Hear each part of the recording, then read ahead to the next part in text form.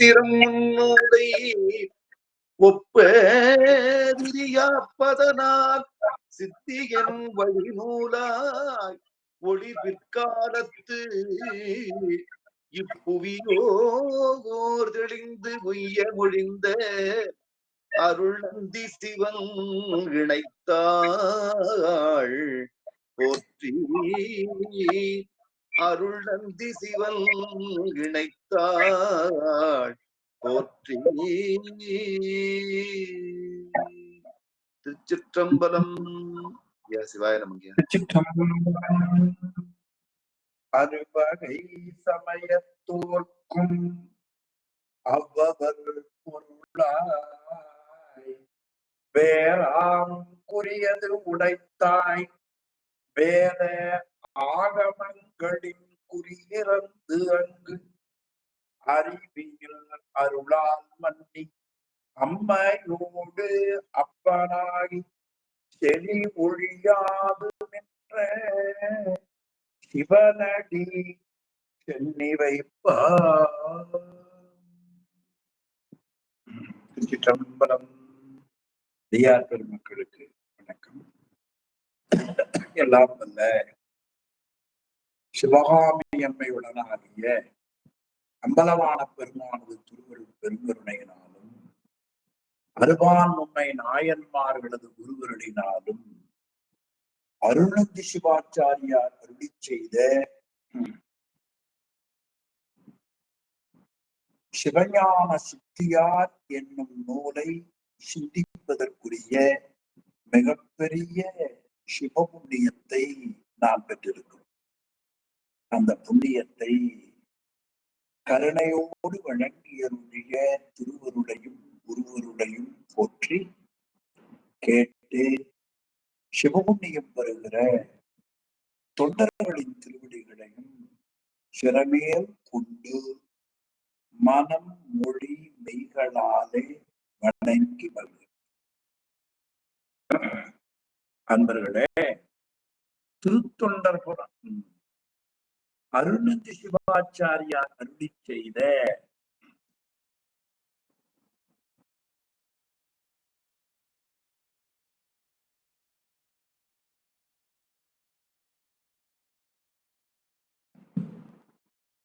அருள்நந்தி சிவாச்சாரியார் அருளி செய்த சிவஞான சித்தியாரில் 8ஆம் நூற்பாவில் ஞான நிட்டையில் கிடைக்கக்கூடிய பேரு என்கிற பகுதியிலே ஞான நிட்டை உடையவர்கள் இருவினை உப்பு உடையோராய் இந்த உடம்பு இருக்கிறவரை இருந்து பிறகு பரமுத்தர் ஆவர், மேலான முக்தியை பெறுவர் என்று 283வது பாடல் ரொம்ப சிறந்த கருத்து. சென்ற வகுப்புல நாம் பார்த்தோம்.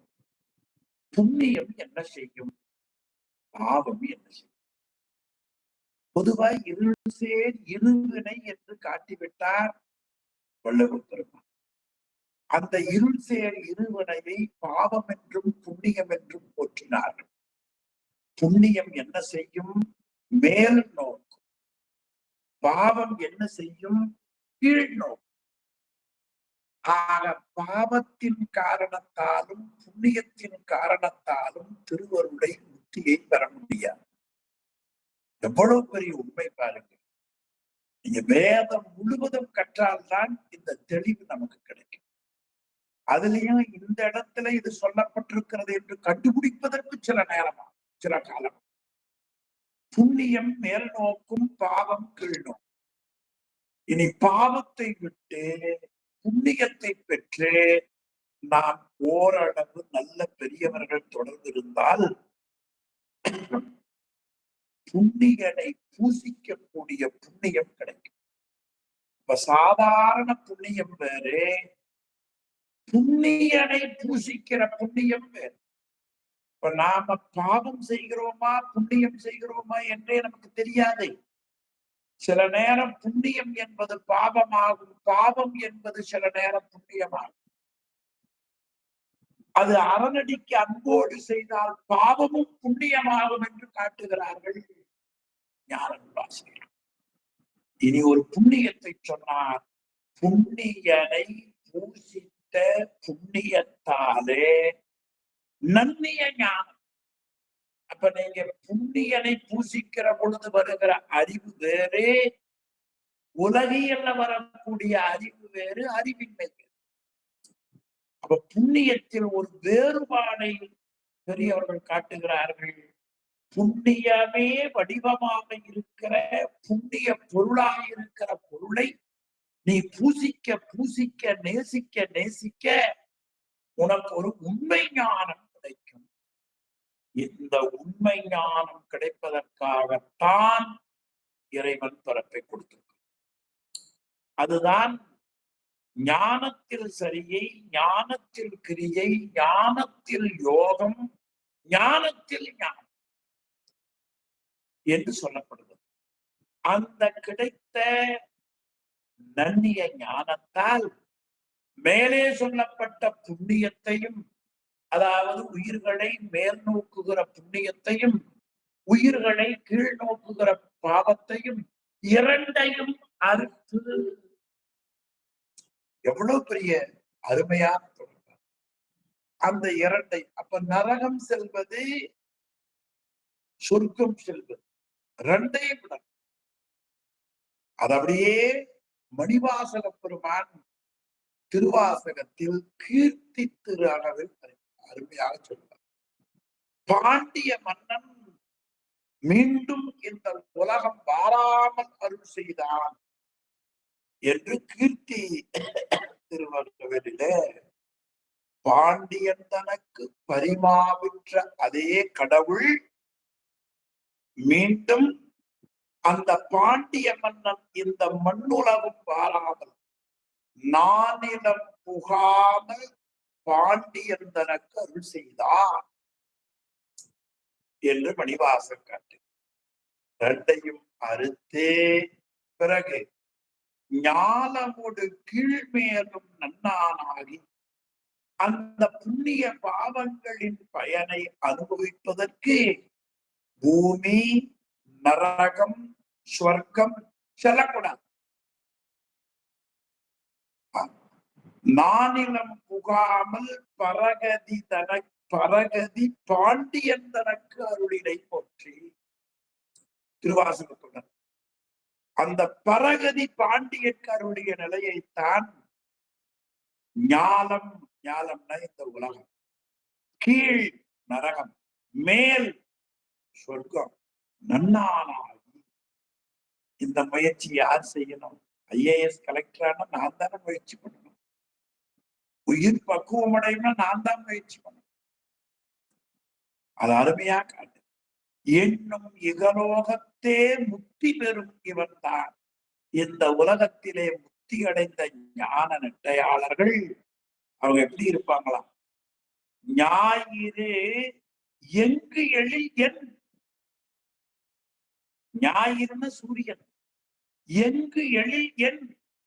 அது கிழக்கு உதிச்சா என்ன, மேற்கு உதிச்சா என்ன, தெற்கு உதிச்சா என்ன, வடக்கு உதிச்சா என்ன, ஒரே சிவப்பேர்ல இருப்பவர், குறைவின்றி ஒரு குறையும் இல்லாம். இந்த குறைவின்றி என்ற சொல்தான் நாமாக்கும் குடியல்லோம் நமனை அஞ்சோம் நரகத்தில் இடர்படும் நடலை எல்லோம் ஏமாப்போம் விழியறியோம் இன்பமே என்னாலும்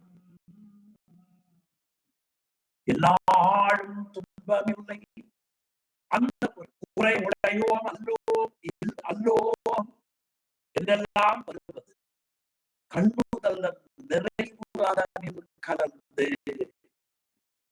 பெருமானுடைய வியாபக அறிவுக்குள் போய் அடங்கி அதுக்காக உள்விடத்தில் அடங்கி பொருளாதார வணக்க கூசப்படாது என்கிறார் ராமர் அடிக்கிறார். மதுரை கண்ட வாசகம் எழுதுகிறார். அது எழுதுகிறார், குருவை வணக்க கூசி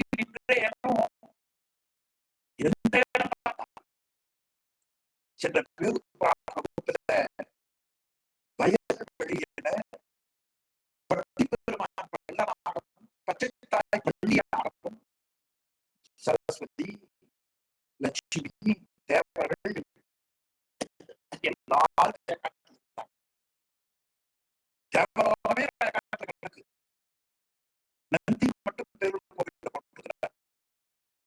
அப்பொழுது அங்க பார்த்த உடனே பட்டி பெருமான் தான் பல்லனாக வந்திருக்கிறார் என்று தெரிந்துவிட்டது. ஆனால் சித்தப்படமத்திலேயோ குருகாவிலேயோ இன்னொரு இடம் சோறு கொடுத்தாரு இல்லையா சுவாமி, அங்கேயும் தெரியல, கல்லுமரத்துல தெரியல. அங்க பார்த்து தெரிந்து கொண்டார் சுந்தரமூர்த்தி சுவாமிகள் கீழே விழுந்து வணங்கினார் என்று பேரூர் புராணத்தில் கட்சி உரையாசிரியர் நம்முடைய முதல்வர்கள் பெரியோரையும் குருநாதரையும் கண்டால் எங்க கண்டாலும் விழுந்து வணங்கும். எனவே கண்ணுதல் நிறைவதனில் கலந்து காயம் கழித்த கால் எங்குமாய் கருது அரண் போல் நிற்பர். இதுதான் அவங்களுடைய நிலை. அவர்களுக்கு எந்த விதமான விதிவிலக்கும் இல்லை, வினையும் இல்லை என்று காட்டுது. இப்ப இவர்களுக்கு வரக்கூடிய வினை அந்த பழமைக்கு ஏற்ப வரும். வறுமை வராது. ஏன் வராது? ஆன்மாக்களுக்கு மேலைக்கு வருவனை ஏதெனில் அங்க விருப்பு வெறுப்பு என அறி. நாம விருப்பு வெறுப்பு வச்சாதாங்க வெள்ளை வரும். திருவருள் உபகாரம் என்று நினைத்து விட்டால் வராது. அதனால் அவர்களுக்கு விதிவிலக்கும் இல்லை, வினையும் இல்லை என்பதை 284வது பாடல்ல காட்டுகிறார்கள்.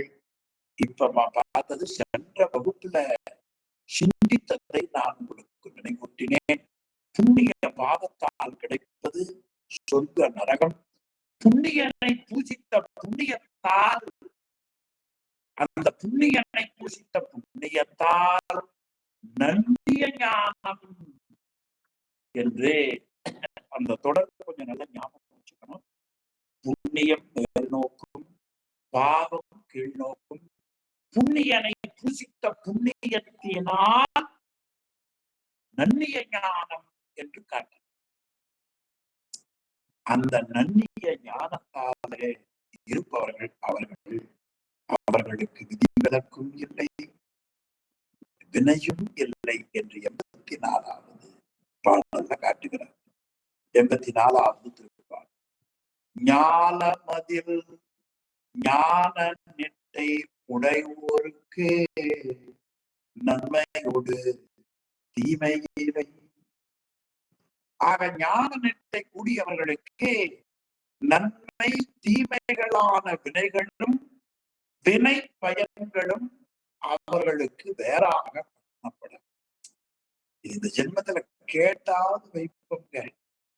அந்த புண்ணியனை பூசித்த புண்ணியம் இந்த ஜென்மத்துல வராவிட்டாலும் கூட இப்படி ஒரு புண்ணியம் இருக்கிறது, இந்த புண்ணியத்தால் அந்த ரெண்டையை அறுக்க வேண்டும் என்பதை இந்த புலத்தால் கேட்டு அவர்களுக்கு நன்மையோடு தீமை, நன்மை தீமைகளாகிய வினைகளும் வினை பயன்களும் அவர்களுக்கு வேறாக தெரியாது என்று காட்டினார். எனவே சிவபெருமானுடைய அருள் நிறைவில் கலந்து நிற்போருக்கு பிரியம் பிரியமின்மை ரெண்டும் கிடையாது. நமக்கு அது மாதிரி இருக்கா இல்லையா? ஒரு இட்லிக்கு ஒரு கெட்டி சட்னி, இதுல பிரியம் இருக்கா இல்லையா? உங்களுக்கு எல்லாம் இருக்கலாம். கொஞ்சம் அதுக்கு ஆரம்பத்துல என்ன ஒன்னையும் காலத்துல என்று சொல்லுகிற அளவு நம்முடைய பற்று இருக்கு. அதனாலதான் துறவு என்கிற அதிகாரத்திலே முதல் குரலிலே காட்டினார், யாதனின் யாதனின் நீங்கியார் நோதல் அதனின் அதனின் இளன் காட்டி. என்ன அழகான தொடர். சும்மா நல்ல செய்தியை கேட்டாவது வைப்போம் என்றுதான் நான் எண்ணி உங்களோடு சேர்ந்து இதை பயின்று கொண்டிருக்கிறேன். எனவே பிரியம் அப்பிரியம் கிடையாது. அவர்களுக்கு சூரியன் எங்க உதித்தாலும் அவர்களுக்கு குறைவின்மைதான். எங்கு எழில் என் ஞாயிறு என்று குறைவில்லாமல் இருப்பவர்கள். அவர்களுக்கே சங்கல்பம் ஒழிந்த காரணத்தினாலும் எதையையும் பிரித்து அறிந்து விரும்பி செய்ய வேண்டும் என்கிற பற்றியின்மை அவர்களுக்கு இருக்கிறது. எனவே மற்றைய நிலையில் சரியை கிரியை யோக நிலையிலேயும் ஞானத்தில் கேட்டல் சிந்தித்தல் தெளிதல் என்னும் நிலையிலேயும் அவர்கள் நிற்பவர்களால் ஒழுக வேண்டிய ஒழுக்கம் இதெல்லாம் அவர்களுக்கு அவசியம். ஏன்னா அதை கடந்து அவசியம் அர்த்தம் இல்லைங்க. அதையும் கடந்து நிற்பது அது நமக்கு ஒண்ணுமே புரியாது. ஆனாலும் கூட ஞானிகள் அல்லாத மற்றையோர் அவரவர்கள் ஒழுக்கத்தை கைவிடாது கடைபிடிக்கக்கூடிய உலகத்து உறுதியை எண்ணி ஞானியரும் உலகத்தோடு ஒட்டி இருக்கும் அளவும் அவர்கள் சற்கருமமே செய்து ஒழுக வேண்டும் என்பதை காட்டுகிறார். பெரினும் அவேதம் பிரமத்து உலகில் உறுதியுனி செய்க வினையும் என்று ஞான நூல்கள் காட்டுகின்றன. இன்னும் எளிமையாக சொன்னால் ஞானிகளுக்கு விதித்தன செய்ததும் விளக்கின ஒளிதலும் வேண்டாம். ஆனால் நமக்கு அது உண்டு. அறிவினால் பயன் என்ன? அறிவால் என்ன பயன்? தண்ணி குடிச்சா என்ன பயன் தெரியாதா? இந்த கண்ணாடி போட்டா என்ன பயன் தெரியாதா? கண்ணாடி போட்டா லைட் போட்டா என்ன பயன் தெரியாதா? இதெல்லாம் தெரியறது இல்ல. அதனால அறிவுக்கு என்ன பயன் கேட்டா, அறிவு என்பது விதித்தன செய்தல், விளக்கியன ஒளிதல். விதித்தன செய்தல் ஒரு தடவை சொல்லி பார்த்துக்க. விதித்தன செய்தல், விளக்கியன ஒளிதல். ஞான நூல்களிலே இவை கடைபிடிக்க வேண்டும் என்று விதித்த விதிமுறைகளை கட்டாயம் கடைபிடிக்க, இவை ஒழிக்க வேண்டும் என்று கூறிய நெறிமுறைகளை கட்டாயம் விடக்கூடிய பற்றை நாம் வைத்திருக்கோம். இதுதான் அறிவுக்கு பெயர். எனவே அவர்களுக்கு இதெல்லாம் இல்லை. எனவே செய்தனவெல்லாம் தவமாகும் என்று காட்டுகிறார் மாவாடி உரையாசிரியர் சிவஞான முனிவர் பெருந்தரை. எனவே நன்மை தீமை வினைகளும் வியனை பயன்களும் அவர்களுக்கு வேறாக இல்லை. இனி நாடுவது ஒன்றில்லை. அவர் வினையை செய்தாலும் அதனால் விரும்பக்கூடிய பயன் ஒன்றும் இல்லை. அதற்கு மேல் சீலம் இல்லை, தவம் இல்லை என்று காட்டி அவரால் ஒழுகப்பட வேண்டிய நியதியான சமய ஒழுக்கமும் இல்லை. நீங்க அவர்களை பார்த்துட்டு அவங்க அனுஷ்டானம் பண்ணல, நாம பண்ணாட்டி என்னன்னு விட்டீங்க, ஜென்மத்துல மாட்டீங்க. அதனால அடியார்கள்ல ஒருவர் செய்யக்கூடியதுல கருத்து வேறுபாடு பார்த்து பார்க்கிற அறிவை தெளிவுபடுத்திக் கொள்ள. தவம் இல்லை, அவர்கள் செய்ய வேண்டிய தவம் இல்லை. விரதமோடு ஆச்சிரம செயலும் இல்லை. அவர்கள் கடைபிடிக்க வேண்டியது அங்கே விரதமோ அல்லது ஆச்சிரம நெறிமுறைகளோ தர்மங்களோ அந்த ஞான நிட்டையாளர்களுக்கு கிடையாது. ஏன்? இதையெல்லாம் கடந்து ரொம்ப நுட்பமான கருத்துங்க. பிறகு தியானம் இல்லை, மனதால் நினைக்க வேண்டிய தியான பாவனைகள் இல்லை. ஏன்? அவங்க சிவத்தோடு அற்புதமாக சிவத்தின் அறிவில் அடங்கி இருக்கிறார். மலக்கலப்பு அவர்களுக்கு கிடையாது. மேலும் சித்த மலம் இல்லை. பார்த்தீங்களா?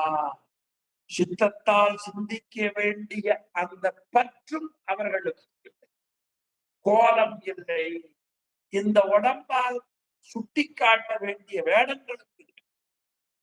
அதனாலதான் என்ன நாயனார் வேடம் இல்லாம இருந்தார்? சாக்கிய நாயனா. அவர் தன் வேடத்தை துறக்கல், அவர் வேடத்தையும் கடந்திருக்கிறார். புலன் இல்லை. புலன்களால் அறியப்படக்கூடிய வேறுபாடு உடைய உணர்வுகளும் இல்லை. குணம் இல்லை. அடக்க வேண்டிய குணங்களும் அவர்களுக்கு இல்லை. குறி இல்லை. இதில் நாம் நிலையாக நிற்க வேண்டும் என்ற குறியும் இல்லை. குலமும் இல்லை. கடைபிடிக்க வேண்டிய குல ஆச்சாரமும் இல்லை. அவர் எப்படிதான் இருப்பார்கள்? பாலருடன் உன்மத்தர் பசாசர் குணம் மருவி.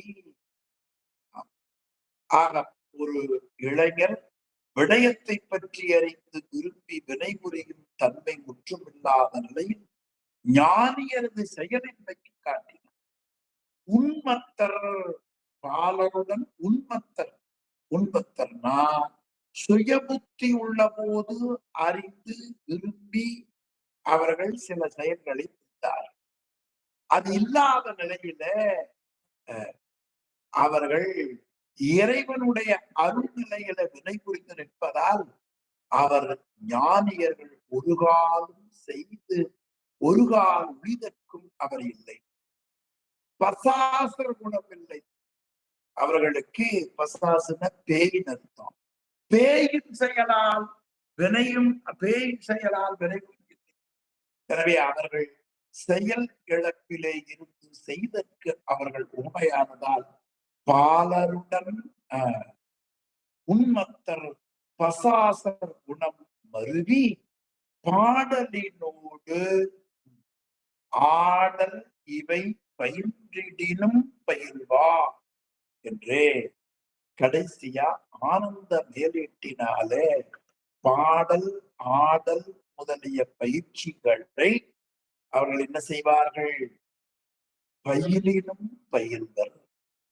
ஆக இந்த திருப்பாடலில ஞான நெட்டை கைவர பெற்றவர்களுக்கு நலம் தீங்குகள் இல்லை.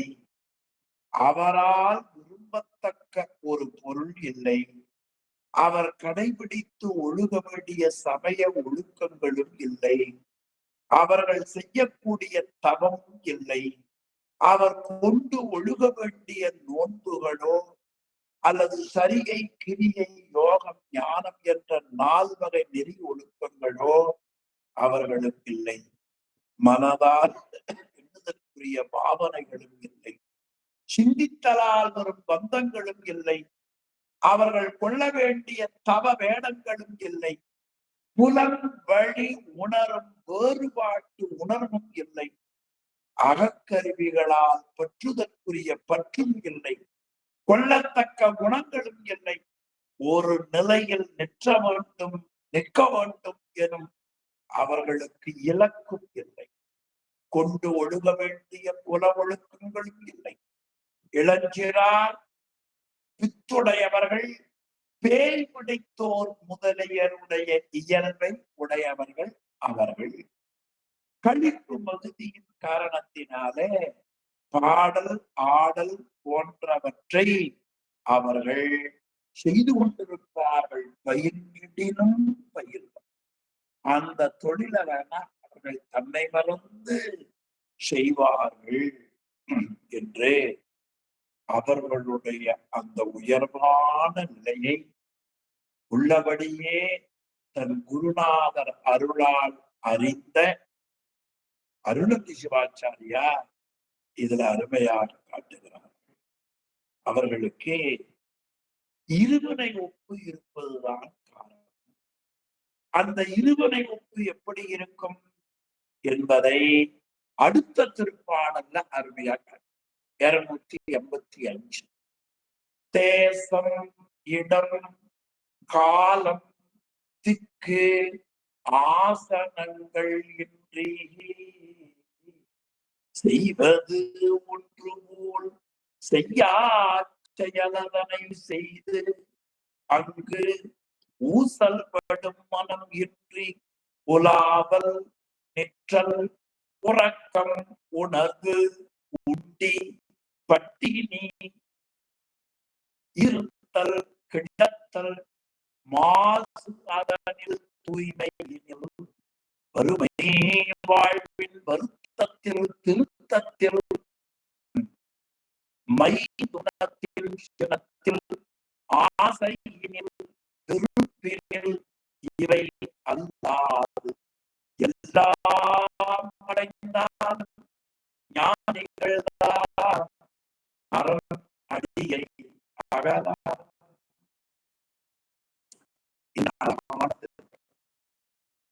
ஞானிகளுக்கு தேசம், இடம், காலம், திக்கு, ஆசனங்கள் இவையெல்லாம் இல்லை.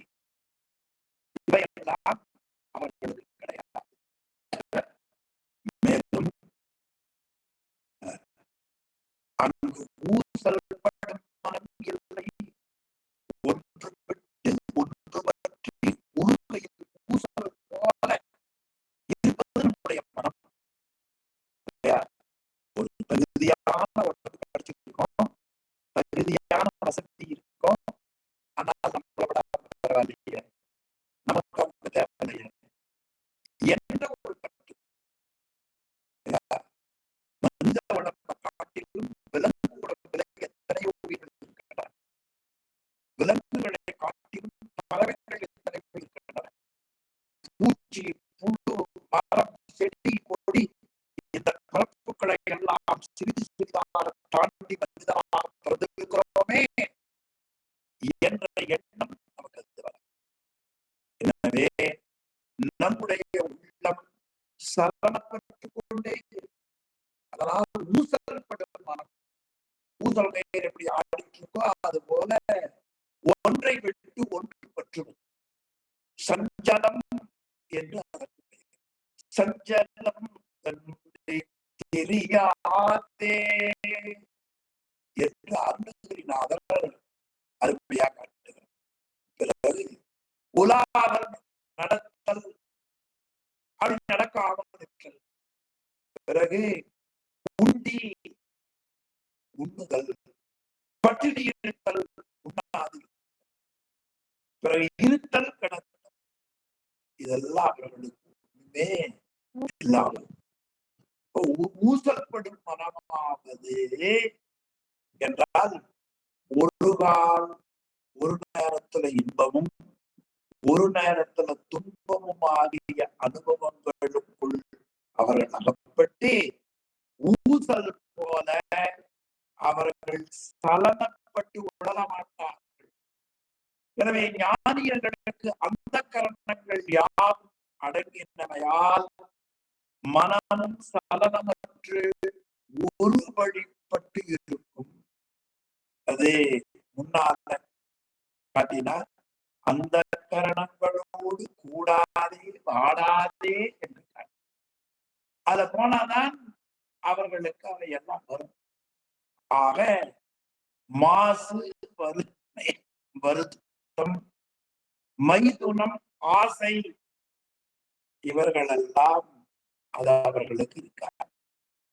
எனவே வினைப்பயன்களாகிய சுகதுக்கங்களின் சலனமின்றி அறநடியை அகலாது இருப்பார். ஒன்றில விருப்பம் அவர்களுக்கு கிடையாது.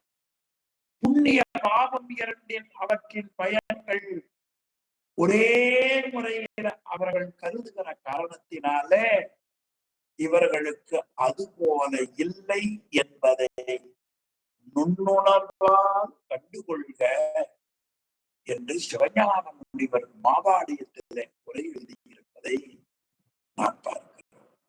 அந்த முறையில் அறநடியை அகலா. ஆசையினில் வெறுப்பில் இவை அல்லாதும் எல்லாம் அடைந்தாலும் அறநடியை அகலா. இதுதான் நமக்கு எந்நிலையில் நின்றாலும் எக்கோலம் கொண்டாலும் மன்னிய சீர் சங்கரன்தான் மறவாமை உடைய.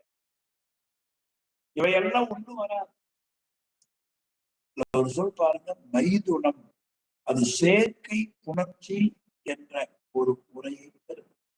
எனவே ஞான நிட்டையிலே கூடிய அந்த கைவர பெற்றவர்கள் நிலையை இந்த பாடல்ல மேலும் காட்டுகிறார். அவர்களுக்கு நாடு, ஊர், காலம், திசை, அவர்கள் அமர்ந்திருக்கிற இருக்கை முதலியவற்றை உலகினர் நல்லனவும் அல்லனவுமாக பகுத்து கொண்டு உணர்வதைப் போல அவர்கள் உணரமாட்டார்கள். செயற்கரும் செயல்களை செய்து நிற்பார்கள். அவர்கள் செய்யக்கூடிய எந்த தொழில்களிலேயும் மனக்கலக்கம் அடைய மாட்டார்கள். நடத்தல், நிற்றல், உறங்கல், விழித்தல், சாப்பிடுதல், சாப்பிடாமிருத்தல், பிறகு இருத்தல், கிடத்தல், அழுக்குடையதாக கருதல், அது இல்லாததாக கருதல், இப்படி எவற்றிலேயும் உலகியல் நினைவு மனதுல வரவே வராது. நமக்கு அப்படியா இருக்கு? கொஞ்சமா ஏதாவது இப்படி வந்துருச்சுன்னா 10 கண்ணாடியில் பார்த்து 10 பேர் இங்க என்ன ஆயிருக்கு பாருங்களேன். நிலைக்காக சொல்லுகிறேன் தவிர வேற ஏதாவது அவர்கள் அப்படி எதுவும் இல்லாம இருப்பார். மேலும் வறுமையில தயங்குதல் அவர்களுக்கு கிடையாது. செல்வத்தில் அழுந்துதல் கிடையாது. நோயால் வருந்துதல் இல்லை. சுகத்தால் மகிழ்தலும் புணர்ச்சியுள் மகிழ்தலும் அவர்களுக்கு கிடையாது. பிரிதலில் கோபப்படவும் மாட்டார். ஒன்றை கூட பற்று வைத்திருக்க மாட்டார். அவர்களுக்கு பற்றுதலும் இல்லை, வெறுத்தலும் இல்லை. ஆசையினில் வெறுப்பில் இவை அல்ல. எந்த வினை அவர்களுக்கு ஏற்பட்டாலும் அதுல அவர்கள் அழுந்தாமல் ஒருமையோடு அறநடியில் இணைந்தே நிற்பர் என்றே இந்த திருப்பாடல்ல 2 பாடலில ரொம்ப விரிவாக ஆசிரியர் காட்டியிருப்பதை நாம் பார்க்கிறோம். இனி அடுத்த திருப்பாடல்ல இந்த முறையிலே ஞான நிட்டை கிடைக்காதவர்களுக்கு ஒரு உபாய நிட்டை என்ற ஒன்று வைத்தார். அது 286வது பாடல்ல அந்த உபாய நிட்டையை பற்றி அருமையாக ஆசிரியர் ரொம்ப அருமையாக காட்டுகிறார். அப்ப ஞான நிட்டை கைவரப் பெறாதவர்கள் அறிவுடைய பொருள், அறிவற்ற பொருள்கள் எல்லாவற்றையும் சிவமயமாகவும் சிவ செயல்களாகவும் அதாவது உயிர் செயல்களாகவும் சிவ செயல்களாகவும் கண்டுணர்ந்து குருவருளால் அருளப்பட்ட உபாசனைகளை கைக்கொண்டு சாக்கிரத்தில் துரியாதீனம் பெற கொஞ்சம் கொஞ்சமா முயற்சி செய்தார். அப்படி முயற்சி செய்து கொண்டு வருகிற பொழுது சிவஞானம் தமக்கென உரிதாக அனுபவமாக இருக்கும் என்று ஒரு வழியை இந்த பாடல்ல காட்டுகிறார். இதை கேட்டாலே நமக்கு வியப்பாக இருக்கிறது. எனவே இந்த நிலை கைவரப் பெறாதவர்கள் என்ன செய்யலாம் என்று ஒரு அருமையான திருப்பாடல் 286. இந்நிலைதான் இல்லையே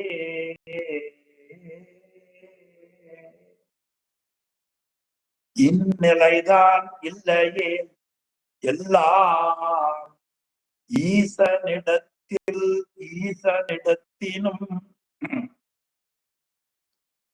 ஈசன் எல்லா இடத்தினும் நின்ற அந்நிலையை அறிந்து அந்த கரணங்கள் அடக்கி அறிவது புரி குருவின் அருளினால் அறிந்து மண்ணு சிவன் தனை அடைந்து நின்ற அவந்தனாலே மறுபு பசு கரணங்கள் சிவகரணமாக துண்ணிய சாக்கிரம் அதனில் துரியாதீதம் தோன்றும் முயல் சிவானுபம் சுபானுபூதிகமா. இது அருமையான பாட்டு. அது வராதவர்கள் என்ன செய்யும்?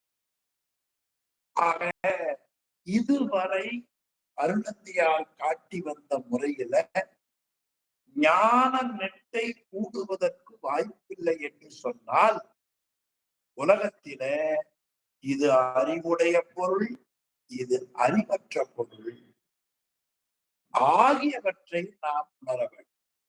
எனவே அறிவில் பொருள், அறிவுடை பொருள் ஆகிய எல்லாம் நமக்கு விளங்கும்படியாக இறைவன் எல்லா காலத்திலேயும் அறிவுடைய பொருளிலேயும் அறிவற்ற பொருளிலேயும் நீக்கமர நின்று அந்த அறிவுடைய அறிவற்ற பொருள்களோடு ஒன்றாயும் வேறாயும் உடனாயும் நிற்கின்றார்.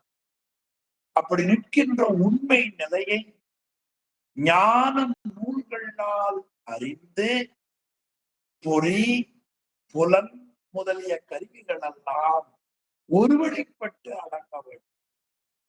அறிவளவால் உணர்வதாகிய ஒரு பாவனையை குருவருளால் அறிந்து அந்த அறிவளவால் உணர்வதாகிய ஒரு பாவனையை குருவருளால் அறிந்து அந்த அறிவால் நிலை பெற்ற சிவபரம் பொருளை சேர்ந்து நின்று அந்த பரம்பொருளின் அருளினால் பொருந்திய உயிர் செயல்கள் யாவும் சிவச்செயல்களாக கண்டு கருவிகளோடு கூடிய நினைவு நிலையிலே அதனில் மேம்பட்டு நிற்கும் உயர்நிலையை கைவர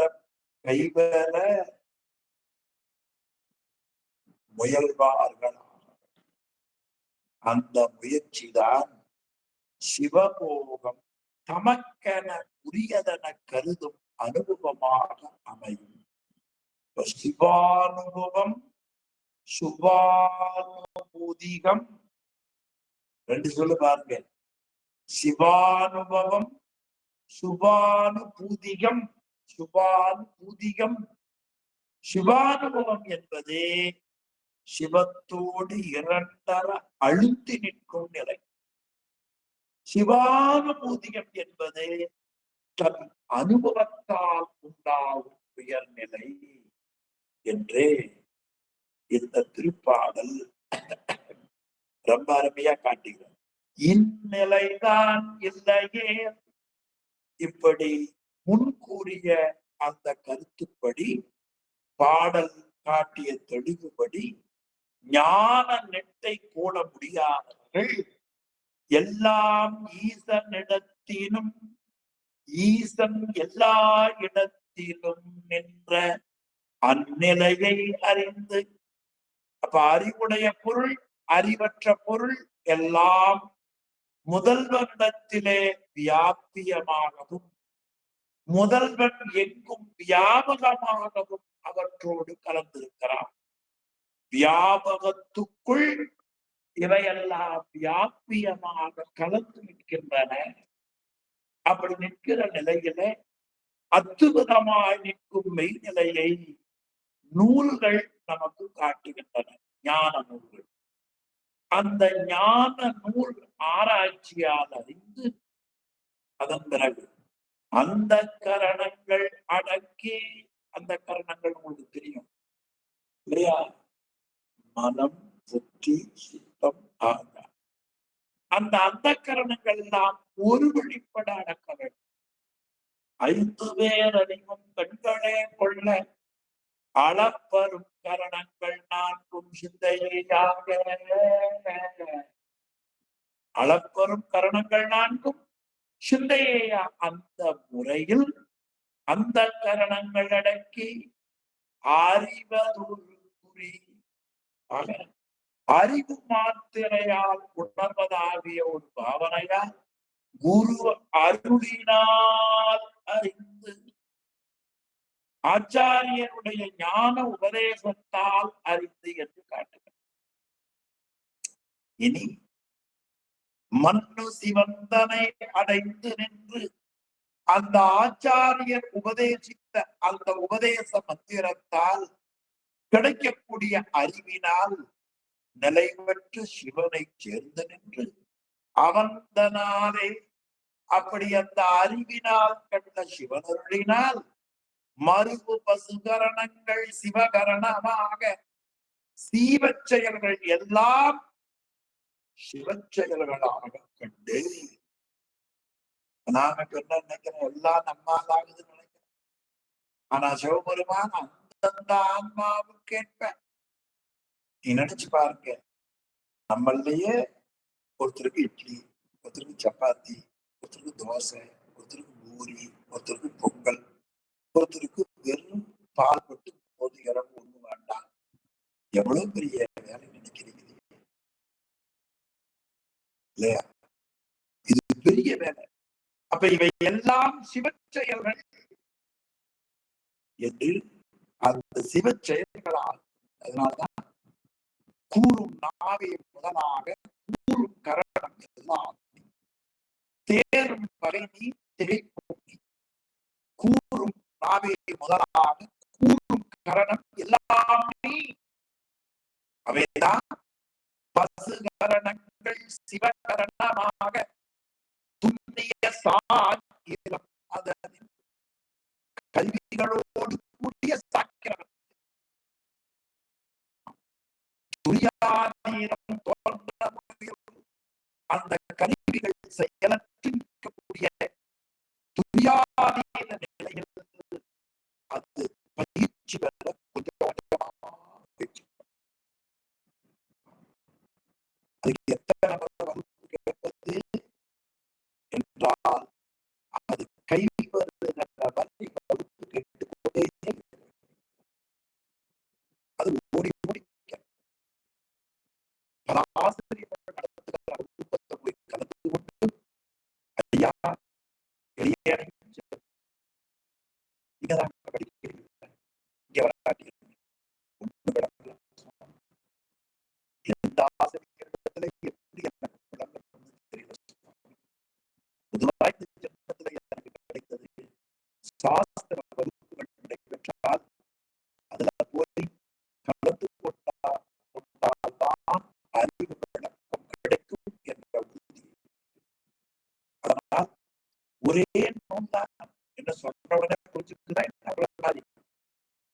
100 தடவை கேட்டாதான் விளங்கினா மட்டும் போதுமா? அது சொல்றபடி கடைபிடிக்கிறதுக்கு எவ்வளவு பெரிய தவம். அந்த காரணங்களை அடக்குவது என்பது யாராலையக்கூடியது? நாயன்மார்களுக்கு தான் கைவரப்பட்டது, உரையாசிரியர்களுக்கு தான் கைவரப்பட்டது. பாடம் சொல்லுவது சில ஆசிரியர் பெருமக்கள், மாணவர்கள் சில பேர் கிடைக்கும். அந்த சில பேர் யார்? குருவின் அருளால் அறியக்கூடிய புண்ணியத்தை பெற்றவர்கள். இந்த குரு அருள் என்பது படிக்க படிக்க படிக்க படிக்க உள்ள சிறிது சிறிதா சிறிது சிறிதா சிறிது சிறிதா எப்படி ஒரு சின்ன ஒரு நோய் வைத்துக்குள்ள வந்துவிட்டால் அது கொஞ்சம் கொஞ்சமா கொஞ்சம் கொஞ்சமா கொஞ்சம் கொஞ்சமா வளர்ந்து உடம்பை விட்டு உயிரை போக்கி விடுகிறது. அது போல ஞான நெட்டை என்பது பெரியவர்களை அணுக அணுக அணுக அணுக பிறவி என்பது ஒட்டுமொத்தமா காண்க. அதுக்கெல்லாம் தான் சிவஞான சொன்னார், இனி பக்தரோடு இணங்குக, பக்தரோடு இணங்குக என்றுதான் சொன்னார். வைகண்ட சிவம் ஒரே எழுத வந்தவர் நம்மளை போல அறிவில்லாதவர்களுக்கு தெரிய வேண்டாமா? அதனால நமக்காக இறங்கி ஒரு முறை எழுதினார்.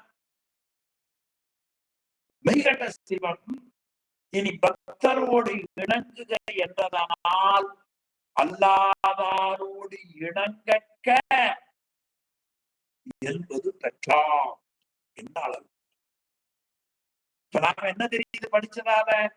பக்தர்களோடு இணங்குகிற பண்பு இல்லாவிட்டாலும் கூட பக்தரோடு இணங்க வேண்டும் என்கிற எண்ணத்தை வைத்துக் கொண்டு அல்லாதார் தொடர்பை சக்தி நாயனார் நாக்க அறிந்து போட்டது போல உடனடியாக கழட்டி எறியும். அதற்கு அவன் திருவருள் வேண்டும். அதற்கு எவ்வளவு நுட்பமான. அப்பதான் என்ன ஆகும்? பசு கரணங்கள் சிவகரணமாக அடியார்கள் இல்லை, வகுப்பு இல்லைன்னா கை என்ன வேணாம். அடியார்கள் இருந்தா பூவை கொடுக்கும், பூவை எடுத்து போடும், சீமார் எடுத்து கூட்டும், திருநீர் எடுத்து பூசிக்கும். மறந்தாத அவர்கள் யாவும் கரம் தரும் பயன் இது என்று பூசிக்கிற அறிவுதான் பசுகரணங்கள் சிவகரணமாக துண்ணிய சாக்கிரம் அதனில் கருவிகளோடு கூடிய நிலையில இருக்கிற நனவு நிலையில இருந்து அதிலே புரியாத நிலை கைவர அதுக்கு முயற்சி செய்ய வேண்டும். இதுதான் ஆன்மா செய்ய வேண்டிய சாதனை. அந்த சாதனையாவது விதி என்னும் அஞ்செழுத்து என்ற முறையில் அயரா அன்பில் அறநெறி செலுத்துவது. அது சிவானுபவம் சுபானுபூதிகமாம் என்று இந்த திருப்பாடல் உயர்ந்த கருத்தை நமக்கு காட்டுகிறது. அது இந்நிலைதான் இல்லை, இந்நிலைதான் இல்லையே, மேற்கூறிய நிலை உனக்கு கைவரப்பெறாத பொழுது என்று அதை செய்யணும். அப்ப மேற்கூறிய நிலை என்ன? அறியாமை என்பவற்றி அறிவினுள்ளே அறிவுதனை அருளினால் அறியாதே அறிந்து குறியாதே குறித்து அந்த கரணங்களோடு கூடாதே வாடாதே குலைந்து இருத்தல். இதுதான் ஞான நெட்டையினுடைய நிலை. இது மேலும் அகம்புறம் என்று சிறிதும் எண்ணாமல் எல்லா இடங்களிலேயும் ஏக நிலையை கண்டு இறை நிலையில் அழுந்துவதாக கூடிய நிலை என்றே முனிவர் பெருமகனார் காட்டுகிறார். இந்த நிலையை அடைவது உலகியலில், இந்த நிலையை அடைவது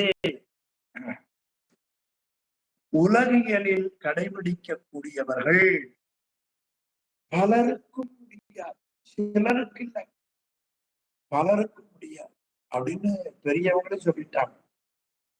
அப்படி ஒழுகுவோரும் சிவ அனுபவத்தை முழுவதுமாக அனுபவித்திருக்காவிட்டாலும் கூட தமக்கென கிடைக்கக்கூடிய அனுபவங்களில் ஒன்றாக இடையிடையே ஒருகால் கண்டு அனுபவித்து அழுந்த பயிற்றும் உபாய நெட்டை கைவர பெற்றுயவும் அதனால் பக்குவம் வந்தடைந்தால் உபாய நெட்டையிலே இருந்து உண்மை ஞான நெட்டை கைவரப் பெறும். அந்த உண்மை நெட்டை கைவரப் பெற்று பிறகு முத்தி கூடவும் அது ஆன்மாவுக்கு கிடைக்கும் என்பதை இந்த திருப்பாடலில அருள்நிதி சிவம் அருமையாக அடுத்து சொன்னார். எல்லாம் ஈசன் இடத்திலும் ஈசன் எல்லா இடத்திலேயும் நின்று இருப்பதை அறிய வேண்டும். எல்லாம் ஈசனிடத்துல வந்து நிற்கும். ஈசன் எல்லா இடத்திலேயும் இருப்பார். அப்ப என்ன அர்த்தம்? உடைமை பொருளும் அடிமை பொருளும் சத்து பொருளும் சித்து பொருளும் ஜடப்பொருள். ஆக சடப்பொருள் சித்துக்கள் அவை சிவத்துள் அடங்கி நிற்ப சிவம் எல்லா பொருள்களோடும் கலந்து நிற்கும். ஆக உயிர் சென்று பற்றுவதற்கும் விடுவதற்கும் சிவனை தவிர வேறு பொருள் இல்லை என்று ஆன்மா அனுபவத்தால் அறியும். ஆக சிவஸ்வரூபமாக எல்லா செயலும் சிவச்செயலே ஆக கண்டு அறிந்து நிற்கும் நிலை. இதைத்தான் மெய்நிலையில் அத்துவிதமா நிற்கிற நிலையை நூலாராய்ச்சியால் அறிதல். என்னென்ன அறிதல்? எல்லாம் ஈசனிடத்திலும் ஈசன் எல்லா இடத்திலேயும் நிற்கிற நிலை. இது அப்படியே திருவாசகத்திற்கு வந்தீங்கன்னா, அன்றே என்றும் ஆவியும் உடலும் உடைமை எல்லாம் ஒன்றே அணையாய் என்னை ஆட்கொண்ட போதே கொண்டிலையும் இன்றோர் இடையூறு எனக்கு உண்டோ எந்தோள் முக்கண் எம்மாறே நன்றே செய்வார் பிழை செய்வார் நானோ எனக்கு நாயகமே. எல்லாம் ஈசனிடத்திலும் ஈசன் எல்லா இடத்திலும் என்ற அந்த நிலையை அறிதல் என்று இந்த பாடலிலே நாம் பார்க்கிறோம். இனி எஞ்சி இருக்கக்கூடிய அந்த கரணங்கள் அடக்கி அறிவது ஒரு குறி என்பது முதலாக இருப்பவைகளை நாம் சிந்திப்போம்.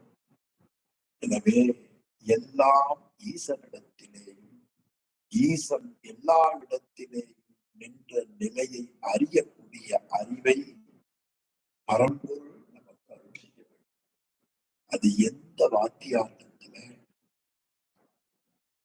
அதாவது எந்த ஆசிரியரிடத்துல, எந்த அடியாரிடத்துல, எந்த திருக்கோவில்ல கும்பிடுகிற பொழுது கிடைக்கும் என்பது தெரியாது. எனக்கு தெரியல. அதை தேடி தேடி தேடி தேடி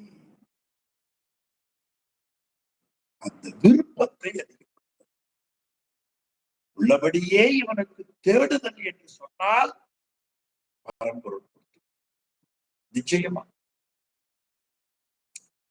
அதற்கு தமிழகத்துல பல இடங்களில தோத்திர வகுப்பு, சாஸ்திர வகுப்பு நடைபெறுகின்றன. பெரியவர்கள் இருக்கிறார்கள். எஞ்சி இருக்கிற காலத்தில் அதுபோல வகுப்புகளிலே நம்மை ஈடுபடுத்திக் கொள்ளுவது, திருமுறை உள்ளிட்ட வகுப்புகளை சிந்திப்பது, பெரிய புராண வகுப்பை சிந்திப்பது என்று நம் வாழ்க்கையை அமைத்துக் கொள்ளக்கூடிய தவம் நமக்கு. எவையவையோ பேசி பரிகாசம் பண்ணுகிற தொண்டர்களின் தொடர்பை சிவபெருமான் நமக்கு கொடுக்கவே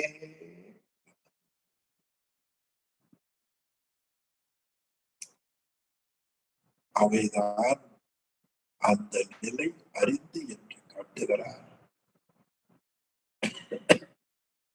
இந்த உபாயத்தையாவது நம்ம கைவிட வேண்டும். இதை உண்மை நட்டை அடைந்தவர் நமக்கு கூறியிருக்கிறார். அதை திருவருள் உங்களுக்கு கொடுக்கிற இறைவன் எனக்கும் கொடுக்க வேண்டும் என்று வேண்டி இந்த அளவில் இன்றைய வகுப்பை தரிசி சிவா